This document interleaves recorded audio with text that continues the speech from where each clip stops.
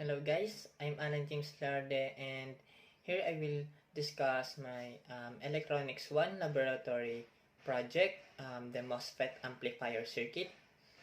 And so, first let's go over the design of the amplifier circuit.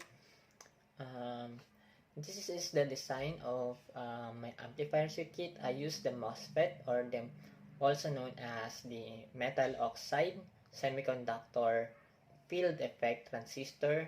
Here I use the transistor IRL ML6346, and yes, the disadvantage of this design is it has a relatively small size and it can be used in a small scale circuits, and it also has a low power consumption, and so it means that it can be used in the low voltage circuits, and it also produces a high gains, so it is a good amplifier circuit. The disadvantage of this circuit is it has a short lifespan, and it is a very susceptible to overload voltage because it just uses a low voltage, and it is needed. It also need repeated calibration for accurate measurements. So the power bandwidth and the amplification factor. So the voltage gain of this particular circuit is 4.39 volts. The current gain is 1.30 kiloamps. So the voltage gain, we see it amplifies by just 4, but the current gain is amplified by significantly higher, that is 1.30 kiloamps, and so it translates to the power gain of the circuit as 5.72 kilowatts, and its bandwidth is 124.51 millihertz, and the amplification factor is negative 1.00.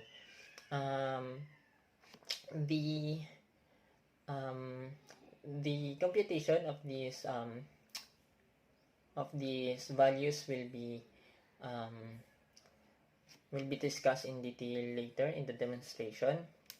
So now let's go over the demonstration using the LT-Spice. Here it is. So in LT-Spice, I already created the MOSFET amplifier circuit. Here you can see the amplifier circuit. You can also see the operating points. I already copy pasted it, and the computation of the parameters. So I discussed earlier the design of the amplifier circuit, and so now let's go over to the operating points. So running the .op command, here you can see we will have the value of the values on the nodes and the currents on the components. The important thing we want to see here is the voltage in the gate, which is 1.48 volts. The voltage in the drain of the transistor, which is 2.31 volts, and the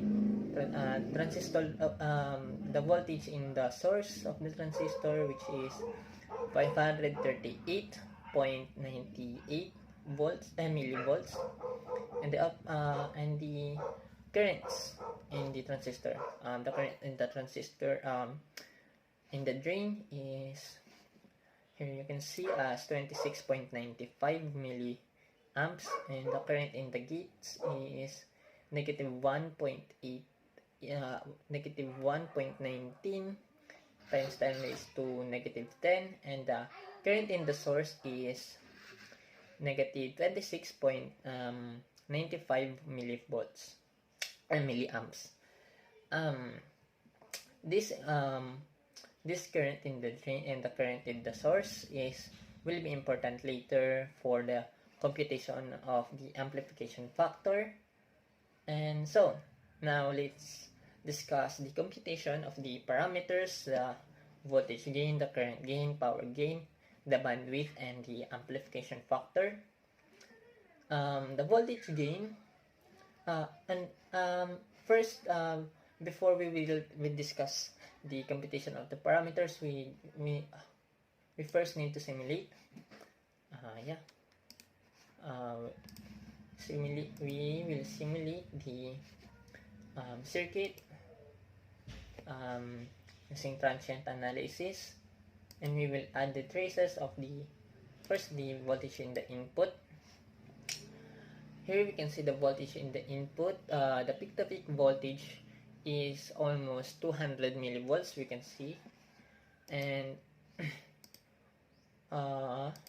if we add the voltage and the output, we see that the voltage in the input is amplified here, as we can estimate this as the voltage in the output. We can estimate as peak-to-peak voltage is 900 millivolts, so it almost a 4.5 voltage gain. Now let me add the traces of the IC1 and the current in the drain of the transistor, and let me add a plane. Sorry. Nice. And let me separate the waveforms of the IC1 and the IDM1. So now we see that the current in the capacitor 1 is has the peak-to-peak voltage, if we calculate, about 7 microamperes, and the current in the drain of the transistor is almost 9 milliamperes. So it translates over a almost 1.3 thousand amplification factor in the current gain. So it is super amplified, the current. So now let's remove this, and now let's focus on the computation.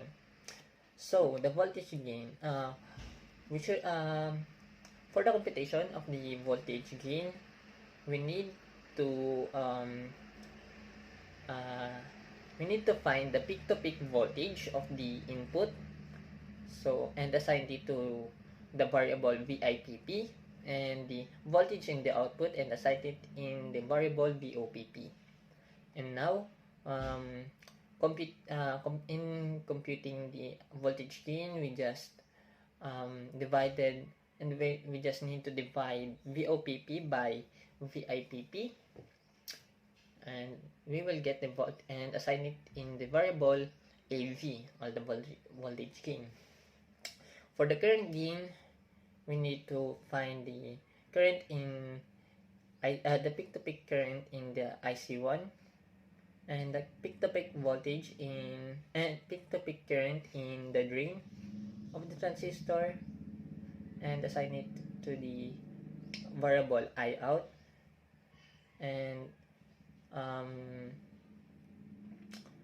for the current gain, we will assign it as AI, and calculating it, we need to divide I out over I in, and we will get the current gain. So for the power gain, we just need to get the product of the voltage gain and the current gain, and assign it to the variable AP. So in the bandwidth, it is more lengthy computation. We need to first find the input frequency and the output frequency, and so for the computation of it, this two voltage, the input voltage and the output voltage, will be useful. So let me add the plot plane and separate the two waveforms. And so for the computation of the input frequency first. We need to find the time when the input voltage is equals to 50 millivolts. I choose 50 millivolts because it is in the range of the waveform of the voltage in input. Here we can see this is the 50 millivolts. Yeah, and we will assign this time in variable t1, and we will also need to find the voltage in the time when the voltage in the input cross 50 millivolts 3 times, because it will now cross the one cycle or the one waveform. So, and we will assign this as time 2. So for the computation of the frequency in the input, we just use this formula 1 over t2 minus t1, and we will assign it to this variable. And yeah, the same will go the same goes with the output frequency. So we will assign the variable TA when the voltage in the output is 180 millivolts, and I choose the 180 millivolts here in the voltage output, as you can see. And we'll also assign the variable TB when the voltage output cross 180 millivolts 3 times, and we will compute for the output frequency. So now that we have the input frequency and the output frequency, we can measure the bandwidth as input frequency minus the output frequency. Now the amplification factor will be computed as the current in the drain divided by the current in the source here. And now if we go to the SPICE error log of this circuit, we will see that the voltage gain will be 4.39 volts. The current gain will be 1.30 kilo amps. The power gain will be 5.72 kilowatts. The bandwidth will be 124.51 millihertz, and the amplification factor will be negative 1.00. The same values we get in this slide. So that's all, and goodbye.